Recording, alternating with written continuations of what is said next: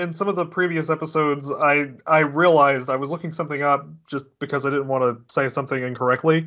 While like it was when Tom was on, he was speaking with Ryan about something, and then you could just hear like thunk thunk thunk thunk thunk in the background. Yours was louder than I was. I was also looking stuff up at the same time, just to let you know on that one. Okay, so I won't. Like I have little odds and ends I'm either giving away or throwing away. I will save that for afterwards or for Monday. Okay. My biggest problem is I kept doing this, which is kind of like nervous clicking of my pen. Oh, I heard that. I definitely heard that in a lot of the recordings, but that's just I do it without even thinking about it, just because I'm nervously, just trying to. I need like a fidget spinner, I guess. Yeah, I had a stress ball at some point. I don't know what happened to it. I probably stressed it out of existence. Welcome, everyone, to another episode of Club Moffett Talks. Thank you for joining us today. I'm Chris. And I'm Ryan. And we're joined today by Andrea Williams. She's going to be off to bigger and better things here in a little bit. We wanted to have her on before we didn't have the chance to, so welcome.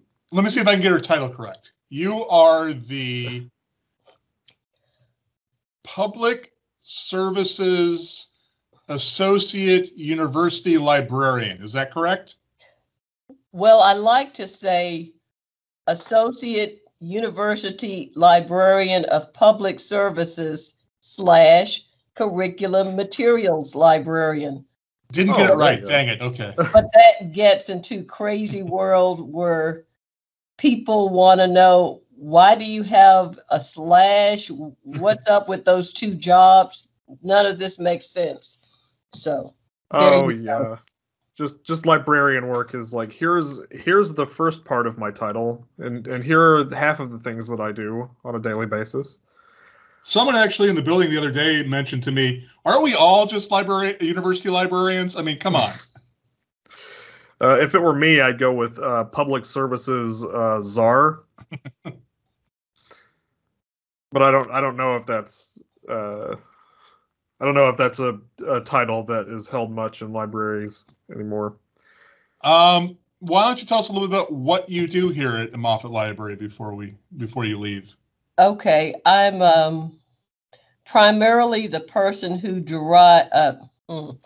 provides direct supervision on a good day of people involved in public services, such as government documents, information literacy, what we typically call circulation, curriculum materials, which would be my area, reference, anything that the public thinks they immediately are dealing with, if not a person, a direct contact in order to make use of library services, library materials, that kind of thing. So it's like the front-facing aspect of libraries almost. Right. If you view it in the traditional, what the public sees versus what has to be there, or you really don't have a public service nowadays, at least. So I'm in the area that the public thinks they see this clear window and don't realize without the two parts, it's like you really don't have a functioning library, or at least the way I view it nowadays. Yeah, I can see that. How'd you get started in librarianship? And what was it like when you first got started? Okay, like a lot of people, I was a burnt out public school teacher.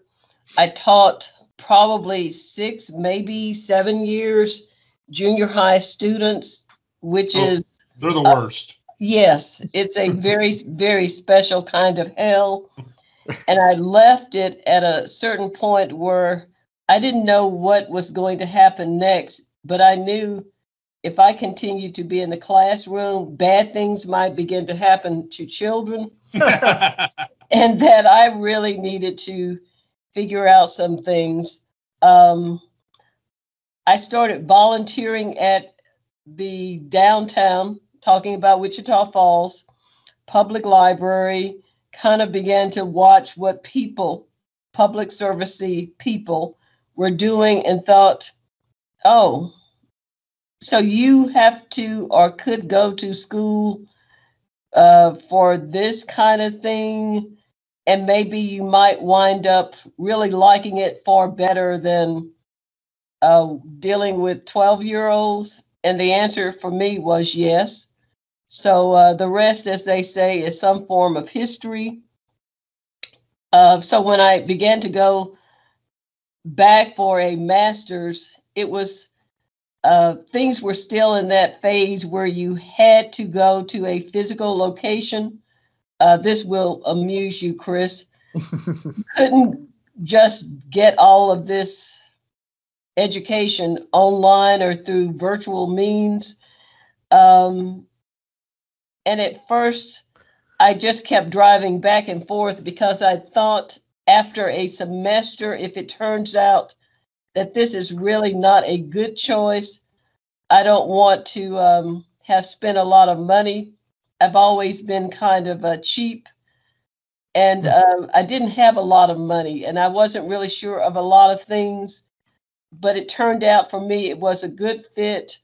I liked maybe not necessarily classes, but I liked certain people in the faculty.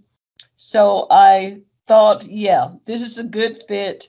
Go on and move to the area because you'll probably want to get this degree faster and not waste so much time. And so I went off to school after that first semester, and in short order did an internship, wound up where I did the internship, which was Moffett, ended up being the place where I began working. You know, we talked about this, I think, with Tom Rohrig, and we kind of came to the realization that for almost anyone who's in the library field, it's not a matter of, you know, I just woke up one morning and I wanted to be a librarian. There's a lot of, I came to this position for one reason or another, or like I needed the money, or I was just, it was like a job that I was taking for whatever reason, and then I came to love it. And it's really interesting to me that that's become such a consistent through line. I do view it as a second career choice, and I don't think of that as a bad thing, as long as you know something about who you are as a human being, so that if you wind up doing it, especially after you've done something that you really dislike, and I include myself in that category, you know exactly what you do like, so that you don't confuse the two and just wind up in a series, my perception, of jobs where you don't know what it is that you enjoy, and you keep thinking this job will somehow be different. But if you don't know what you want in the first place, I don't think one job or the other will make you any happier. But that's kind of how I felt of why teaching for me was not a good choice. But by the time I went back to school, I knew something more about who I was as a human being. And even if I've made professional mistakes, it's like I still knew more about what I liked doing, a professional environment that I felt was sustaining versus just kind of drifting into it and then being mad at it because you don't know a lot about yourself.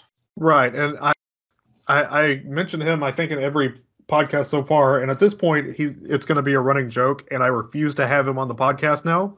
But Philip, one of our circulation people, I remember when he started here, I asked him what his major was, and he said something like, I was an education major for one semester, and then I got work experience with kids or in a classroom or something, and I immediately changed my majors. So it's almost as though that's like libraries are like a refuge from that. Jason, by the way, did the same exact thing. So it's a common thing. Yeah. Well, so what are some things that you're that you've noticed have kind of appeared over time, like something in libraries that maybe you weren't expecting, or that you've noticed have become more prevalent over time? Okay. One thing I noticed, and it's I'm glad you asked the question. When I first started, you know how I said something about being a volunteer at the public library that may or may not be a good example, because I noticed that sometimes people viewed libraries as a refuge from dealing with people. It doesn't really, it can be a refuge, but you can't escape people. If you really, it might not sound right, but if you really dislike the public in a general way, and I'm not talking about, all kinds of people are necessary to make the world go round. However, people who really just get a major level of aggravation because people can be irritating. Sometimes they can give you mixed messages. Sometimes they can be happy one day and then you haven't changed, but they are angry at you and you're really not the cause of the anger. If you think you're going to escape, that's really, I found the older I got and the more I saw libraries that I thought were really successful, they had people who genuinely enjoyed the human contact. You don't have to be an extroverted person where I just love being around people all the time. I'm not saying that, but you have to be someone who finds the thing called the human connection not a bad thing. And if you really find the thing called the human connection an irritating thing, even more so than in the past, again, this is not going to be the right place for you, because I look at Moffett, we have changed in a good way. And let's say the last 10, 15 years where more people ideally really do need to make an effort to have those contacts with faculty, staff, students, of course, where they get some level of energy. How can we make this work? I'm curious about your topic, or at least not hostile to it. And therefore, I enjoy the connection. But if you go into it where you're trying to run from people, again, not only are you not going to be successful, I think you're professionally going to be a danger to this profession that sort of has had a reputation of people using a library to run from people rather than to enjoy the possibilities of a human connection. So I'd say that's the thing I've noticed, that the human connection and the ways that can be done in person. We're having this podcast, which I seriously doubt 5 years ago, which is not that far back, we would have even thought was something worth trying. All the ways you connect to people are what make libraries really interesting institutions. But if your inner head just says, I want this job, but I don't want that connection, again, you probably need a different kind of job. Yeah, when I first started, I was just a copy cataloger. I was a cataloging assistant, and one of the big draws for me was that I really didn't have to deal with people at all. But the more I started working with, I went from nighttime to daytime in my shift, and the more I started working with the other people there, the more I kind of got opportunities to do like programming, and that's unfortunately something that this year has had to be put on hold, a lot of the public programs that we had to do.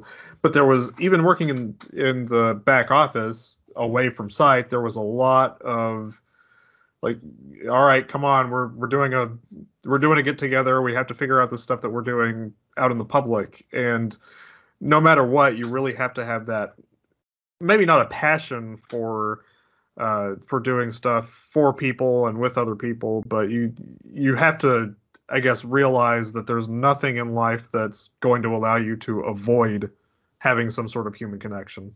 And I always like when Ryan brings up he is somehow, unfortunately, the most outgoing person we have. Well, the actual quote is, a professor here asked me, I said that there are a lot of introverts in our building. There's a lot of people in our building that do not like having that interaction with people. Librarianship tends to draw in a lot of introverts. And he goes, what do you mean? Well, who's the most outgoing person in your building right now? And I said, well, it's probably me. And he went, oh, Ryan, that's terrible. Between the two of us, that's definitely. I'm smiling on that because while you don't have to be a knockout extrovert where there's a smile on your face and party over here, but if you really, really, more often than not, your energy is sucked by too much people contact, where it really begins to be draining, and not just something where, you know, at the end of the day, at the end of the week, you need downtime and maybe even a lot of it. To me, that's perfectly okay. I mean, I don't believe you have to thrive by the energy you get primarily through people. But if too much people contact and trying to figure out why and how to make things blah, blah, blah, if that is probably something where you can't get that energy back over a weekend or maybe overnight, that to me is a sign that, again, the way libraries are going is probably a good example where you can't run from a certain level of interaction. You don't have to have it perpetually, but you can't say, if I'm doing this, I can avoid that. No, I totally agree. I think that's a generational problem too. A lot of people my age just don't want to deal with other people, and that's for a multitude of reasons. But yeah, I think we're all kind of getting past that at this point, and the COVID restrictions have really made us all, I think, see just how limiting it is to live in this world where there's really no other option but to be introverted. Yeah, it is sort of a generational thing, but there's also the fact again that you're right, Andrea, and that dealing with people every day can be draining for a lot of introverts. But if it's also compounded by if you're having problems at home or things like that. We find that there are people that do not enjoy it. I'll point out that our previous reference librarian hated talking in public, however, and she overcame that fear simply by doing it over and over again. So if you get used to doing something for a while, you can become a lot better at it, and a lot of the anxiety goes away. I've told a lot of librarians here, they say, oh my God, I'm so nervous about talking in front of these freshmen. And my response a lot of times is, why? They're freshmen. Yeah. I have that same exact thing. Like, well, what's going to happen if I mess up? Really, nothing. Nothing.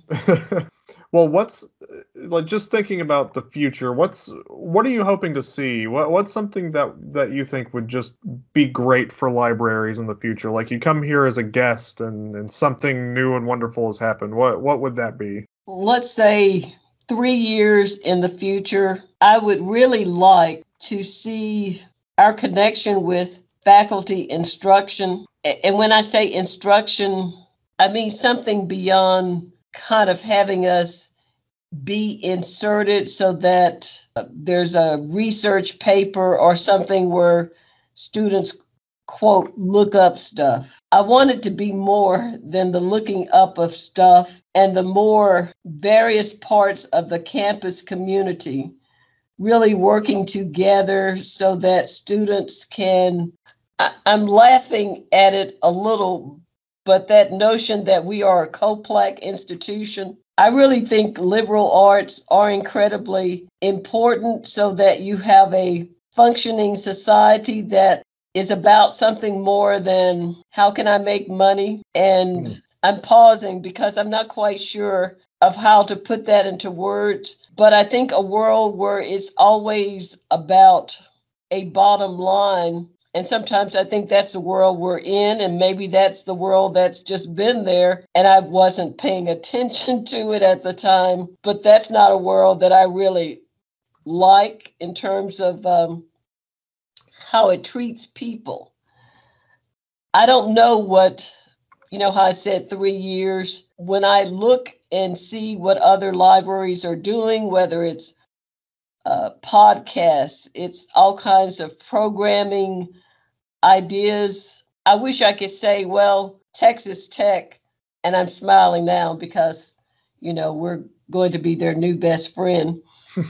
I don't know if I say that we have to be just like them, but I want us to not be scared of doing something that people say, you're a little Midwestern. Why do you think you can do something that feels really big? And my head says, why not? And I want us to have more of a sense of why not, and to get staffing support, financial support, so that these great things that require an infrastructure, that we'll be in the position of doing them, and not just say, well, if we going the way it's always been, that doesn't require a certain realm of money, because I really think I want there to be roots and wings where you have a foundation, your root, but you also feel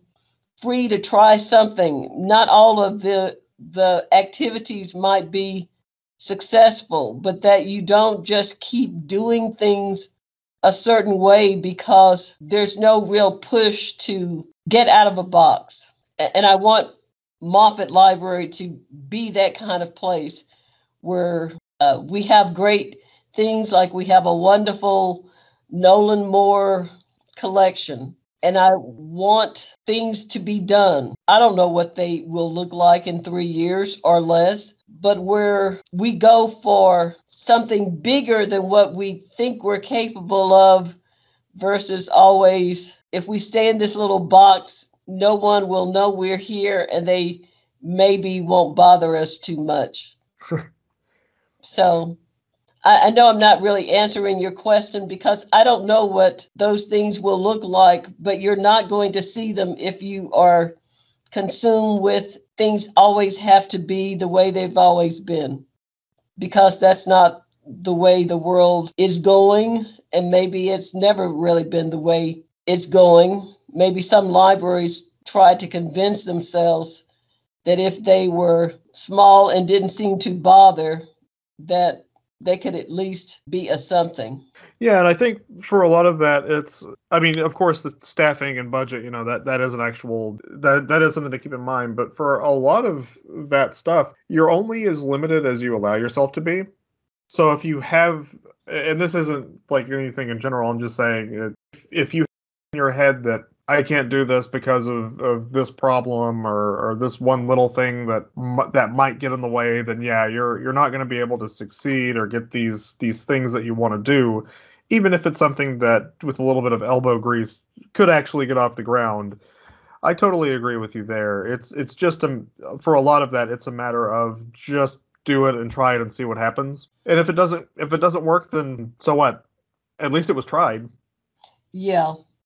Like, this may not be what you want to hear, but since I'm going, I don't have to care anymore. I look at your podcast. Now, I think to myself, that's really neat. And maybe it just keeps growing and growing. And you have an audience of people in Hungary and Upper Malta, Lower Malta, wherever. Malta's a very small island. I don't think it has enough room. Okay. I'm on a roll here. Bear with me. And maybe that's a possibility. And then there's the possibility that the plug must be pulled because of those people in Archer City said those podcasts were just too darn revolutionary. And you said, well, okay, so we'll pull the plug. I keep thinking, kind of like what Chris just said, you'll never know if the upper, lower Malta people might have benefited from your doing something that didn't seem to fit that profile unless you actually did it. So, yeah, you have to take a leap of faith and try these different things, even if no one else has tried them. There might even be some who are saying, to some degree, how much of a priority do you want these things to be? But that they have to be tried. You can't get that vision if things stay in a tiny little box of, I hope that the Archer City people like everything I do, because I think that's not going to cut it either. And just to point out how much of a reference librarian I am, Malta actually has 2 large urban zones. The larger one is the Valletta, and the smaller one is Gozo. So you are right, there is a, not necessarily upper and lower, but there is a northern and southern Malta. So I stand corrected. Thank you for checking into that for us. Well, I was going to ask you if you had anything else that you wanted to maybe say for the people out there, or some words of wisdom or advice, but it kind of sounds to me like you just did. But if there is anything else that you would like to maybe leave for us, some parting words. Oh, I love quotes. Okay, I happen to have a quote book handy. Oh. Okay, now let me see if I can find one that is actually sensible rather than just stupid and a random quote. Oh, okay. I don't know if this one is an appropriate one, but I'll read it anyway.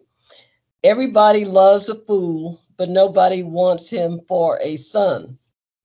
That is an African proverb, may not be relevant to the topic at hand, but as anyone who knows me knows, I love a good quote.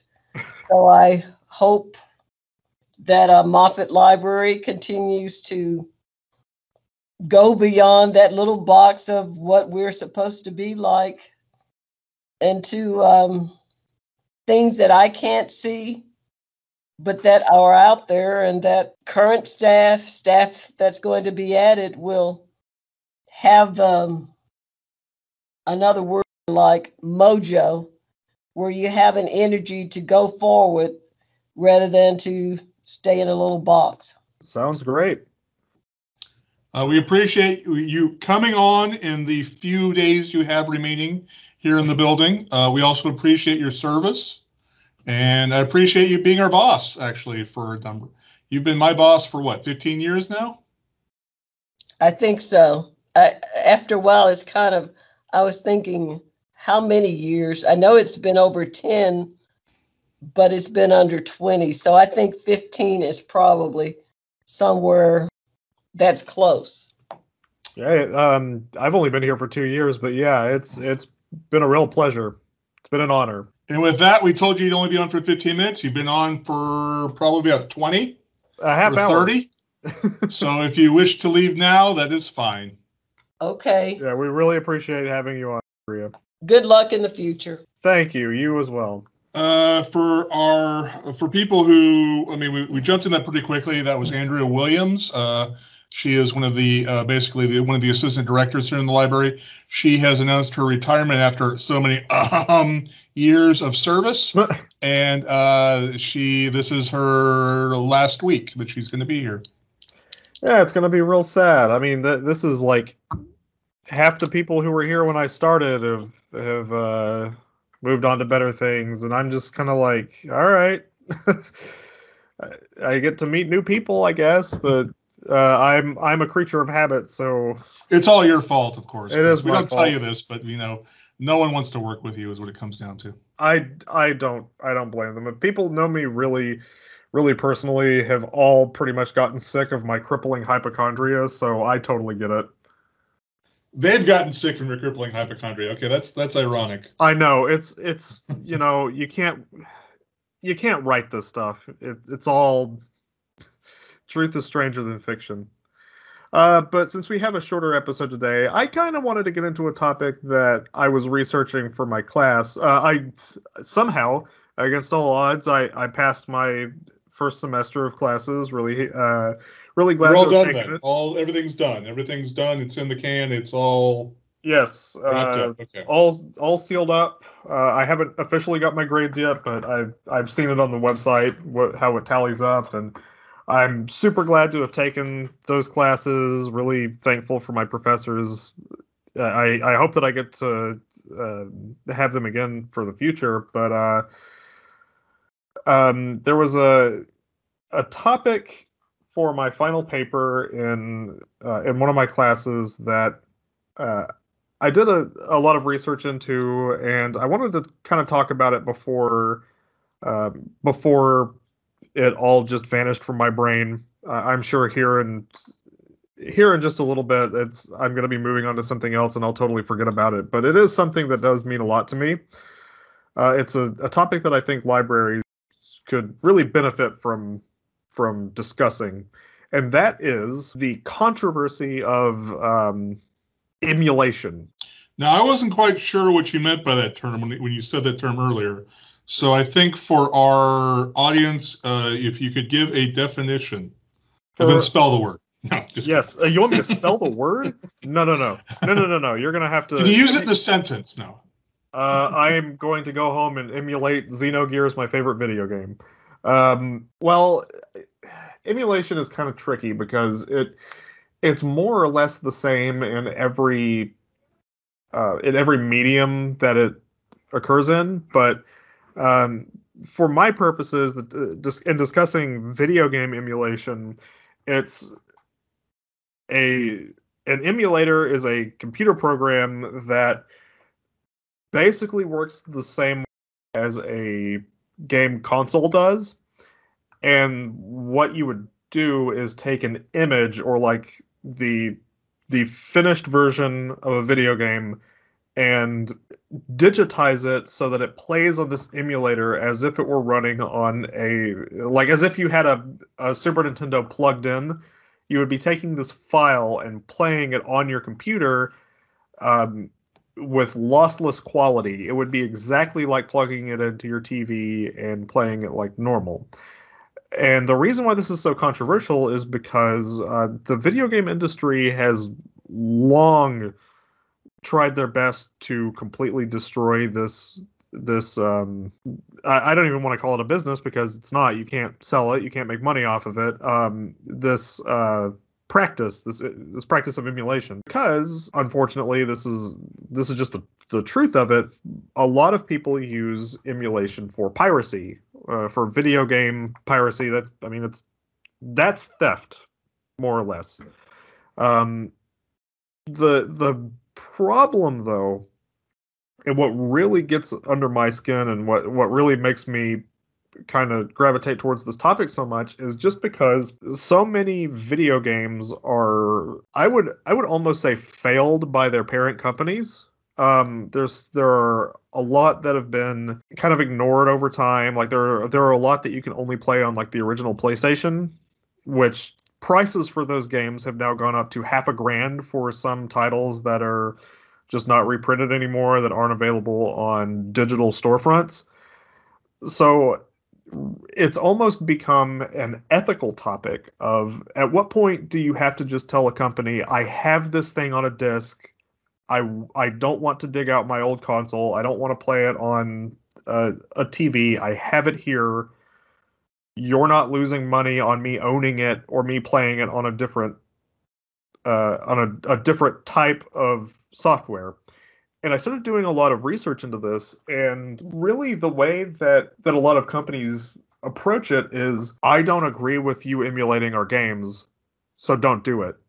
But then you look at it at a legal perspective, and there are legitimate reasons why some people have been sued and brought lawsuits to, and that's just because they were hosting illegally pirated games, or, I mean, in a lot of cases, people would upload their games that they own to hosting websites, and those websites would then allow people to just download them whenever they wanted to. And of course, that's textbook piracy, right? But for people who aren't doing that, for people who are just taking their games that they own, that they paid for, there's a little bit more of a almost confusing and really in-depth conversation to have there. Just in case you don't care at all about video games or this exact topic, Ryan, how do you feel about the film Star Wars? You mean the movie that doesn't exist anymore in its original format? Mm-hmm. The film Star Wars, not Star Wars Episode 4: A New Hope. Mm-hmm. The film Star Wars. Yeah, I was about to say, this isn't something new. Mm-hmm. This is the same argument they had in the 70s when they brought out the videotape. A lot of the movie and TV networks try to ban the videotape or videotape machine, just because they said, well, what people can do is they can just simply tape off the television set, and then they'll never have to go to a movie theater again, or never have to turn on their TV again, because they can just watch what's on, what they taped, or they could trade to somebody else and they could watch it. And it was a huge deal. They were very much against it, and then they found a way they can make a profit off of it. And I think that's what's going to happen with this. I think maybe you'll see something like emulation licensing or something like that, or something along those lines. Now, will it stop piracy? No. There was a huge market of bootleg VHS tapes back in the day, but if you can convince the companies that there is profit to be made in this field, I think you'll see a big change around from that point of view. Again, just going off historically, what happened with, again, the VHS videotape market when it came out, what happened again when the CD and DVD markets came out. There was always this big push by the major companies saying, well, this will just ruin us. And then they end up being one of their biggest moneymakers after a while. I mentioned this to you, and this is one of my favorite quotes probably ever, and it's from Gabe Newell, the CEO of Valve Software. If you have a PC and you play games on Steam, Valve is the owner of that. I don't know why you wouldn't know that, but just in case. He had a quote, I don't feel like pulling it up. I've almost got it down verbatim, but it's the best way to fight piracy is to offer a better product. So how do you say, how can you improve upon a free thing that someone has ripped online and is just offering to you? Well, it's just the matter of service. And most people don't want to pirate things. They do it out of necessity. And just by offering their games digitally, like, hey, yeah, you don't have to go to a store and buy a video game in a box anymore. You just download it online, give us the money, and you can have the game, and it's there in perpetuity. And that's completely reinvigorated that market. I mean, the new video game consoles, the Xbox Series and the PlayStation 5 and this new stuff that literally just came out, they have SKUs or different versions that you can buy that are completely like bereft of physical media. Like, you buy them just so you can download things off the internet, which I also disagree with, because at what point are they going to shut their stores down? But that's or will they make it? Here's another thing. The problem coming with that is, will they make you download software as well that will delete the game from your disk drive if you do not pay their monthly rental fees or whatnot? That happened with PlayStation Plus. That's a service that Sony offers. For the longest time, they would give out free games. Like, you pay for PlayStation Plus, you get their online services, which is also a huge ripoff. You should not have to pay money for the internet you already use and own. But they would give you free games every month. But the drawback to this was, you get one of their free games on offer, it locks you out of that game on their storefront forever. So if you want to play it again, if it's something that's download only, you have no other option but to just keep giving them money. And thankfully, after a decade, they just took that off as a restriction. Well, I know this from legal standpoint. I know this sort of stuff has been challenged in the court systems. And I think for the most part, the courts have come down to it. If you have a program on your computer, well, again, what they usually get around this is to make you click on that agreement thing where we all hit agree without reading it. But the general idea is that if there isn't one of those agreements in place, generally how it works is if it's on your computer and you have an electronic copy of it, you own it. Now you can't profit from it. You can't turn around and make a million copies of it and sell it or even give away for free.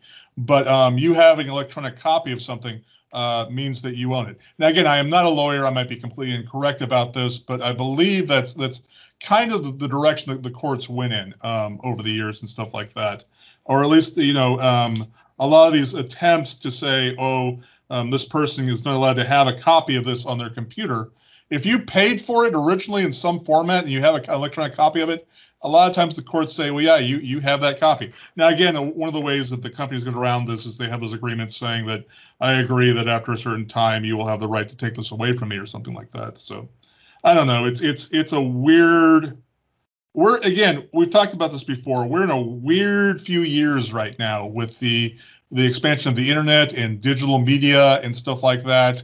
Eventually, something will come out of this. Some sort of general policy or ideology will come out of this, but it's going to be a while before that happens. Well, Ryan, let me tell you about some court cases that actually have involved emulation. Okay, go ahead. For people who are really prove me wrong. Prove me that I don't know what I'm talking about. No, it's not proving you wrong because you are exactly right about this. There were two cases. One was for I don't know if you've seen these, probably not, but they're kind of recreation consoles. They have slots for Sega Genesis, Super Nintendo, regular old busted Nintendo consoles, or slots for the games for them. And I think Nintendo, Sony, a bunch of different companies sued this hardware developer, saying this is straight up taking our patents on our devices and profiting off of them. The court turned around and said there is, outside of the fact that you have these things in a box that is branded with your name on it, you can't patent an idea. Now, obviously, the copyrights for the actual games, that's different. Those are copyrighted. Those belong to the companies that own the copyrights to them. But if you're not strictly reselling those, you don't have any legal grounds to stand on. They specifically said more people should, if they have the technology, if they can do this, having competing video game hardware to play these games on should be its own market. So not only did they say that this type of hardware emulation was legal, they said more people should be doing it. But of course, no one's going to, because these giant multi-billion-dollar companies have all the lawyers in the world that even if you win a court case, you're still going to be out on just how long you had to fight. 10 years of lawyer fees, yeah. Yeah, but the other really interesting point that I saw on this was there was a website called Console Classics. It's still up, but the copyrights lapsed. I mean, it lapsed back in 2016. They recently talked to a company called, or an outlet called Ars Technica, I believe. What they did, they might still do it, I don't know. I looked into it. I didn't really see any reason to really follow up on this website that much, but their legal argument with Nintendo is actually really interesting. Now, what they did was that they took their own games, uploaded them to a server on their website, and people could check the games out. And they would have a certain amount of time that they could play these games, and then they would go back to, on their digital shelf. Nintendo turned around and said, this is flat out emulation. This is illegal. You're giving our games out for free. The guy turned around and said, actually, hold on a second there, Mr. Nintendo. Our team of lawyers who we talked to in depth about the very specific aspects of what we're doing said that just because It's not something they can permanently keep. It's not something that we're allowing. Excuse me, I need to take a sip of water. Okay, we're going to edit that part out. Yeah. It's not something that we're giving an unlimited amount of copies out. It's strictly just a checkout system, and it's operated by us on our server. You have no legal right to stand on. And can you imagine what Nintendo's response to that was? No. They didn't have one. They didn't contact them ever again. So my idea is, because something like that, like, we don't, obviously, that part of the library code, the ALA code of ethics, is that we got to respect copyright, and we do. I respect copyright too.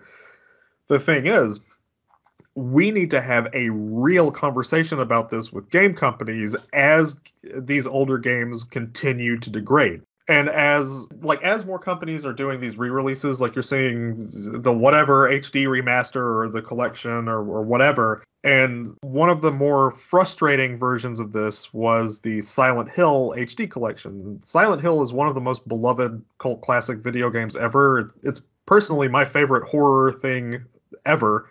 I put it above David Lynch, for Christ's sake. The only way to legally purchase Silent Hill 2 and 3 right now is this HD collection that was built on alpha assets. They were not finished games. For whatever reason, the company who was paid to put these old PlayStation 2 games into a high definition remaster, it's 16:9, it's got all the resolution fluff that you would want. They had to create their own assets, including game logic, like code in the game. They had to create, they had to finish signs that were already finished before. So you'll see, like, the Silent Hill Ranch as you're coming into town, written in Comic Sans, because they didn't have any other choice. Because this had to be a really quick gig that they were doing. At what point do we have to say, okay, that has to be preserved? That game is important. It's one of the most beloved ever. It's one of the most important horror video games. We have to make sure that that game survives. You know, time is not being kind to it. And that's just one example. I mean, the company did the same with another game, Zone of the Enders. No one's ever heard of it. It doesn't matter. But as more games are being added to this huge collection of things that we can't access anymore, the smaller the window is that we can take action and find some common ground with these companies to say, okay, like, maybe we could do this thing that this website did. Like, we'll host them server side. They don't even have to be like the full finished, like, however many assets you had for the final game. Just the base game, just the disc that you allow people to buy. We'll host it.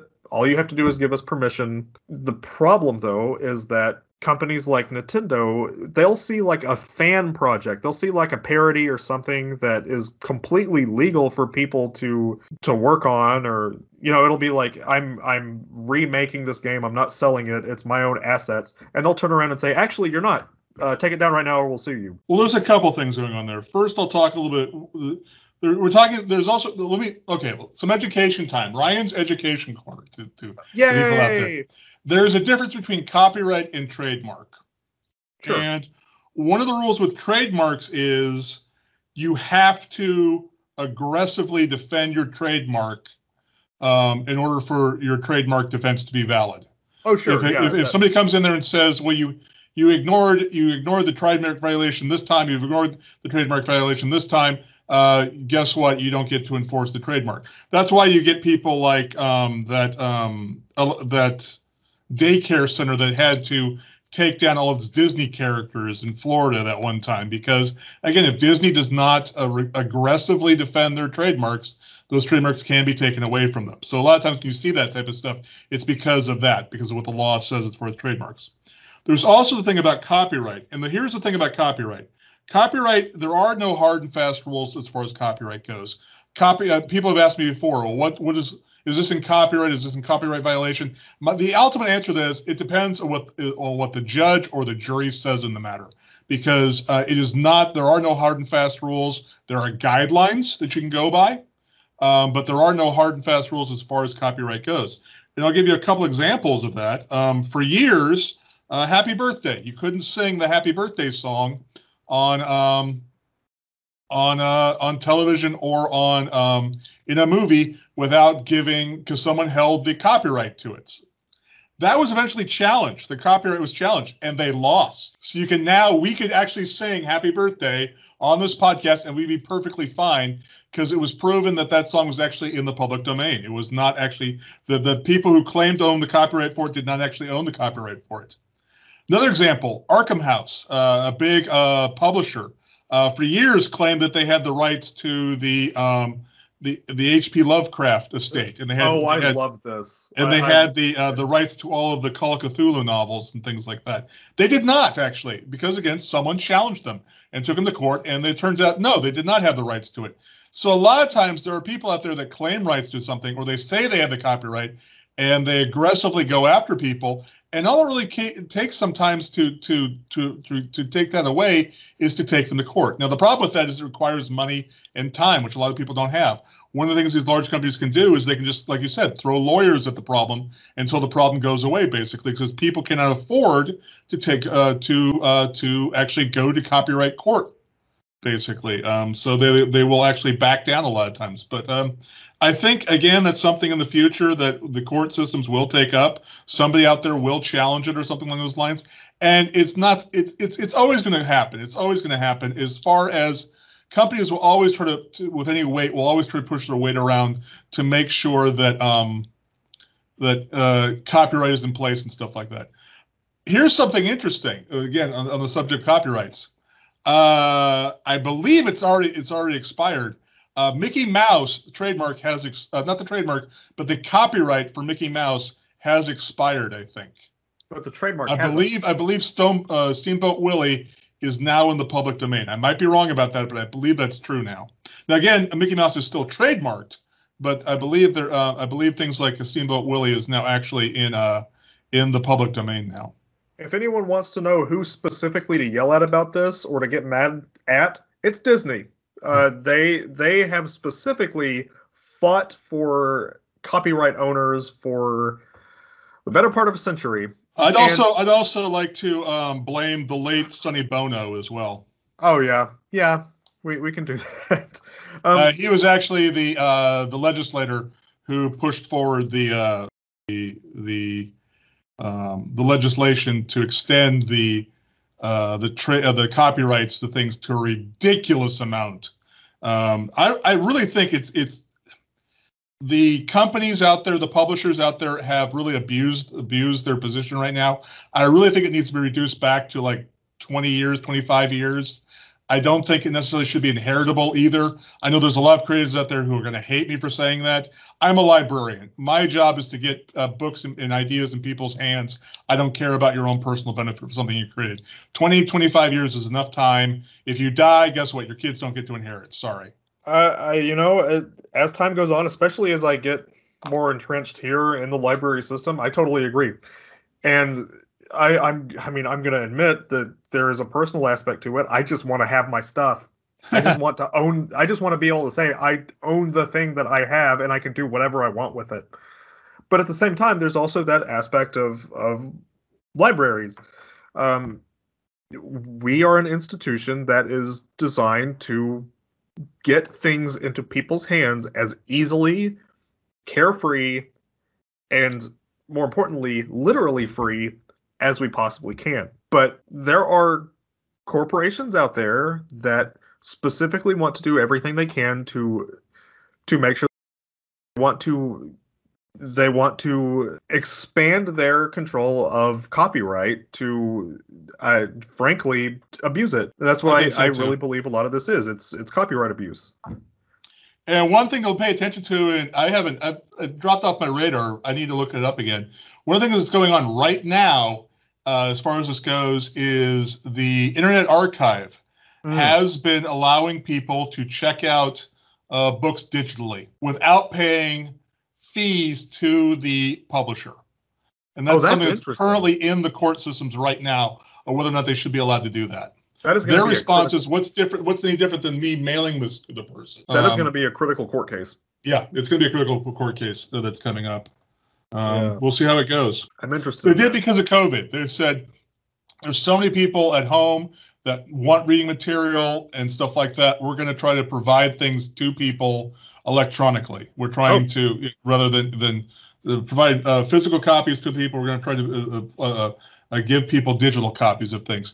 And the I forget what the big publishing corporations went after them immediately. You just reminded me of something. By the time this goes live, this will have probably been resolved already, or people will have forgotten about it. But this is brand new. This just happened like a week ago, and I want to put it on full blast right now. Do you know the game Super Smash Brothers? Okay, there are, I think, 4 or 5. There are 5 Smash Brothers games out right now. The second one, Super Smash Brothers Melee, is a GameCube game. It came out in 2001. People mod that game all the time. Like they'll emulate it. They have little things that they do to it. One of the things though is that they found a way to configure it to run online. They've fully engineered an emulated online perfect version of this game. Because of COVID, we can't get together and play tournaments in video games anymore. That's not going to happen. So their response, this was like first week of December. We're recording this in the second week of December. So hi everyone in April. Nintendo turned around and said, absolutely not. You cannot use our game in this way. My response is I could not have bought this game illegally for like 15 years. So at what point can you say that this is even... And here's the thing. Here's the thing about copyright law. That is one of the cornerstones of copyright law, is that you can't do it if the company can prove a loss of value or if a loss of profit. If they're not selling it, then they are not losing any profit by someone doing something like that. Now they can make the argument, well, this might cause a loss of profit in the future and stuff like that. But again, that is one of the standpoints they look at in copyright cases is, are you losing money because of this? And they're not. But here's another interesting aspect. This is Nintendo doing that. And they have, like I said, they're the ones who are really just hammering down, like, you can't use our trademarks, you can't use our copyrights, you can't do anything with our stuff. And then turn around and say, and also we will not sell it to you. And they just recently put out a collection of really like world-renowned Mario titles. The Mario All-Stars 3D collection, I think it's called. This is the first time a lot of these games have been released in years. And then they turn around and have the nerve to say, well, you can buy this in August until March. What do you mean until March? What do you mean that you're not allowing us to buy these video games after a certain point? And the answer is just, we don't want to sell them anymore. Well, there's some marketing strategy to that. I mean, think about the Disney Vault is an example of that. Limited runs or limited editions is an example of that. It has shown to drive up sales by doing stuff like that. It drives up sales really short term. And then, but right now, the problem is the scalpers market has gone crazy in the last 10 years. Like, you're already seeing copies of this game, which you can buy still brand new at retail value, already on eBay for $500 because the scalpers want to have their turf set down. Like, okay, well, we were selling this for $500 the whole time, so I mean, what are you going to make us take them down now? It's legal, yes, and obviously what Nintendo's doing, legal, yes, but I also find it repugnant. And what's really weird to me is how inconsistent they are. There's a really beloved game that never came out in America. It's called Mother 3. That had a translation by a professional translator. It was such a you're gonna have to edit this out. There were so many eyes on this project that eventually actual paid Nintendo executives and translators came out to say, we're not taking you down legally, but we really need you to stop doing this, because if we ever decide to sell this game in the future, the work you're doing that we're seeing here is better than the translation we could have put out. So, maybe don't finish this. The translator came out and said, then you sell it. You translate it and you sell it, or I'm going to continue to work on this. And they did. And guess what? 15, 17, however many years later after this game came out, I still can't buy it here. I can't buy this video game and just play it in the language that I understand. So what would have happened if they had taken that down? And what would have happened if Emulation, which allows these fan-created translations to exist, wasn't around? Then what? That game just gets lost to history. And that's why I say stuff like this is so critically important. Because just to expand the greater scholarly and academic respect for this genre and this medium, we have to have that stuff available. And again, the thing is, there is copyright, there is trademark. You can hold on to a trademark forever. Oh, sure, of course. As long as you want. As long as you want. So no one's going to make a new Mickey Mouse movie to challenge Disney. No one's going to do that. Oh, of course not. But the original art, the original movie, the original book, the original video game, those things at some point, I believe, belong to the greater public. I'm a librarian. I believe in that. I believe that it belongs to the public. And this is a problem that's been going on for a long time. It's not going to go away anytime soon. But you have to keep fighting. You have to keep fighting for that access to, because again, if you don't have this, then only those with the means, only those who are rich, only those who have the money, who can afford it, is available to culture, to the culture and to the knowledge and to the information that our society has. Absolutely agree. We are way over, by the way. I'll just say, if you want to know more about this topic, there's a YouTube channel I really love. He's a little he's not like the worst channel ever, like it's not going to offend everyone, but he's still kind of racy, I guess. The channel is named Nerl, and by that I mean he uses a lot of lowbrow humor, but he also really digs into this topic. He has tons of videos over like the legitimate artistic side of emulation and the things that you can do to improve games just by like your own hard work, like taking old busted handheld games and making your own, or in his case making his own textures to improve this game to be like just way above and beyond what a company would put their time and effort into. And again, the channel is Nerl. He's talked about this. He's talked about Mother 3 before. He's talked about a lot of this Nintendo controversy. He's what pointed me in the direction of this this website that was hosting their own copies of games for checkout. So highly recommend that channel. I'm really hoping that he takes more passion in this subject than I do, because I want to see more people like that really challenge these companies as to what they can and can't ultimately say about how we preserve objects that already exist, that we've already bought. And that's all I've got to say on the subject. I'm done. I'm tired now. Thank you for joining in for this edition of Anarchist Cookbook. And thanks so much to Andrea for joining us today as well.